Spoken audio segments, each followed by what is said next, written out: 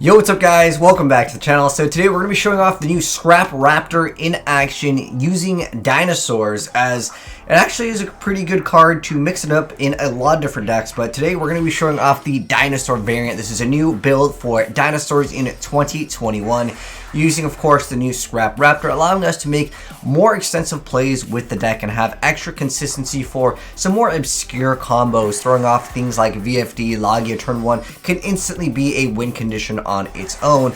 But in addition with that, you just have a lot more things that you can do with the deck, especially with the additional summoning power of Scrap Chimera to bring back extra things. Scrap Wyvern will also get a bonus effect over there. And then on top of that, if another Scrap monster is destroyed by a card effect, if this card does linger on the field, sometimes it can, you're going to be able to also special summon another Scrap monster from the deck and then also destroy another card in the field, which can actually activate different effects. This guy just ended up saying, okay, you know what, that's too much. And to be honest, he wasn't wrong. Dealing with this turn 1 in addition with a Logia, and everything's going to be losing extra stats because of Lost World, it's a tough thing to deal with. But I want to show you guys a variety of duels over here, and this one over here is going to show you guys what you can do if you also happen to open up with Scrap Factory, which can actually be quite great. It does require you to play more of the Scrap engine, and we'll give you guys a deck profile in case any of you guys do want to go ahead and try out this deck yourself. The guy, I don't understand this play, Trevor turn 1 pass, like what the heck is that? It doesn't matter. The point is that Scrap Factory is in our hand. We have access to being able to utilize it. I mean, with dinosaurs being as consistent as they already are, with just using like Raptor, you have instant access to, of course, the Archosaur with the Miscellaneousaurus, and then you can just go ahead and have that effect to pop a Dinosaur. And hey, this card happens to be Dinosaur, and it's also a Scrap. Scrap Factory is now activated. He's going to go ahead and pop one of the cards, and he's going to go bring back the Scrap Raptor, and Scrap Raptor is going to go ahead and have that effect to go and pop itself over there, and then also you're going to be able to get that additional summon, and then Scrap Golem can actually bring back your Raptor, and you can go into Wyvern, and then through this you're going to be able to go ahead and, if you want to, go ahead and target another Scrap, specials, and pop another card, giving you extra fuel for other plays over here. And you'll see once again that this card was activated. He just GG'd a little bit early, but obviously you guys already know what was going to happen. But it just opens up the doors again for more options, and I think going for Dolka can be very good, especially earlier on in the play before you get like Nibiru or something like that. That can be a great thing to take into consideration as well. But let's go ahead and actually just show off a few different duels over here. And big shouts to my homie Floppy Magikarp, aka Tatsu no Toshigo over here, for sending me in the gameplays as well as the deck pro for you guys.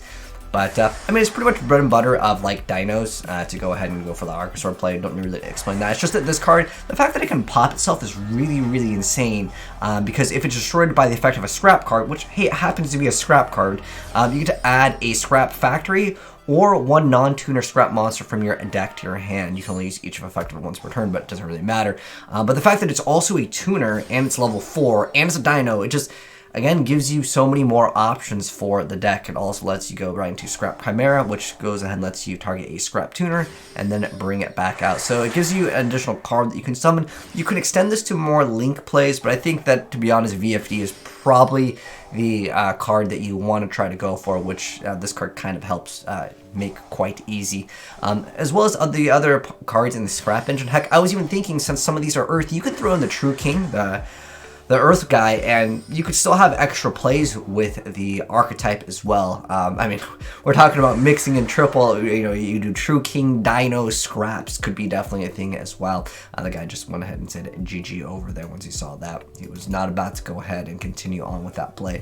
And I thought this was kind of a funny play over here. So the guy is like, you know what, I got Nibiru, I'm just going to go ahead and pass. You know, I guess every time there's a combo extensive deck, people always think, well, what happens if they got Nibiru? Well, you know what? Good card, Miscellaneousaurus. But remember, there's Scraps. So depending on when you activate this card, and this is why, you know, dinos are very good, because literally just this card, it just makes the deck super, super powerful. But if you mix it in other archetypes and you start extending out some of the plays, maybe Nibiru would be really good, right? Well, in this instance over here, he's going to go ahead and just Nibiru. And the funny thing is that the other card is still technically a Dino, so it does also protect that Scraps. So he literally got a Nibiru for 1. I guess he was afraid that he was going to go and make other plays But again, a lot of times when you play against dinos, if they are a better player and they're playing like a combo variant of dinos, they'll usually try to pump out a Lagia sometimes. But I think Dolka is usually the go-to play if you feel like they're going to Nibiru you. But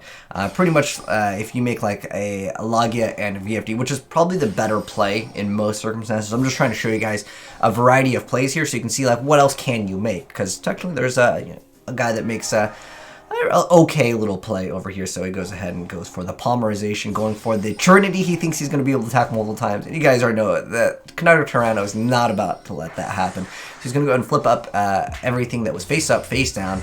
Go ahead and bring back another scrap card, because remember, when some of the cards are destroyed, because remember, this card also has an ability to destroy one monster in your hand or field, which doesn't have to be a dinosaur. You can pop other cards. There's also this card that I want to briefly mention, which is Drac Titano. It's another card that you can bring out with the Evo, just because specifically it is a level 9 monster. That's the only reason why we're playing it, but it's not that bad. Obviously, in itself, you're not going to like tribute for it, so that's pretty much the only way that you're going to get it out. But it cannot be targeted by trap or monster effects, so that is kind of nice, and it has a once per turn when you get banished or Drac. That doesn't really matter, though. The most important part is that it happens to be a level 9 monster that you can have instant access to for a majority of your plays to, again, lock your opponent out of playing for the entirety of the turn. And since dinos are very consistent at putting up a large amount of damage, if you VFD them, usually you can finish them off within the next turn. Because some decks, if you VFD, you use either all your resources to make just that one card, and your opponent can sometimes stall you out by, obviously setting monsters, but he just goes ahead and says that is going to be a GG for him. So we have one last duel up over here versus Necros, which is still getting a little bit more in popularity, just because there is some other new ritual support that did come out, not specifically for Necros, but people are messing around with it. But we're going to go ahead and see once again the bread and butter play. So Archosaur going to go ahead and pop the baby. Baby Ceratosaurus going to activate its effect, bringing out the Scrap Raptor. He's going to go ahead and pop itself. Going to go and get that Scrap Factory. Scrap Factory is activated, and now he's going to get that additional summon going into the Scrap Golem. So he's going to go ahead and bring out this, which then brings back this card, which then has an awesome ability. Now he's got double Scrap Golems, and so I was thinking from here, I was like, well, you can even make this even further, and you could actually throw in artifacts if you wanted to, force them to pop the card, and you can maybe potentially lock them out also if you wanted to scythe them for a turn. That's also a possibility as well, which I was just thinking about. There's just so many more things that open up, just because, again, just one card sometimes makes a deck. And in this instance over here, we didn't even use the Evo Pill to make it. We went, and if you do happen to go second, this could be insane play over here. So Scrap Twin Dragon is a card where you're able to go and select a card you control. So you're going to pop one of your cards, and then you're going to target 2 cards your opponent controls, and then you're going to bounce them back to the hand. And then when this card is destroyed by an opponent's card, by battle by card effect, you get to select a non-synchro scrap, which is usually going to be Scrap Golem, that just brings back another card that lets you make this all over again, or make whatever you want. So this card has the ability to be able to be recycled, and on top of that, it's a more aggressive turn 1 play that will allow you to OTK. And then we obviously also made the Vermilion Dragon Mech, which will let you banish a tuner from your graveyard, face up on the field, then you get to target a card in the field, pop it. So basically you get to get rid of 3 cards, and also if this Synchro Summon card is destroyed by card effect and sent to the graveyard, you target one of your banished tuners and add it back to your hand. So again, there's extra plays. If you do want to play Direct ILO, that was like another card that Dinosaurs played that technically would be an appropriate target because it happens to be a tuner. Again, there's just a lot more cool things that you can do in Dinos now with just this one new card. But he's going to go ahead and declare fire, and obviously, well, he's not going to be able to do really anything. He's going to summon some monsters to try to defend himself up, but generally it's just not going to be too good because, well, Conductor Tyranno's like, you got a lot of monsters on board, alright, I'm going to go ahead and get massive amounts of additional damage over here, so he's going to go and stop all their effects, so you can't really do anything, and they're all face down anyway, so it doesn't really matter what they are.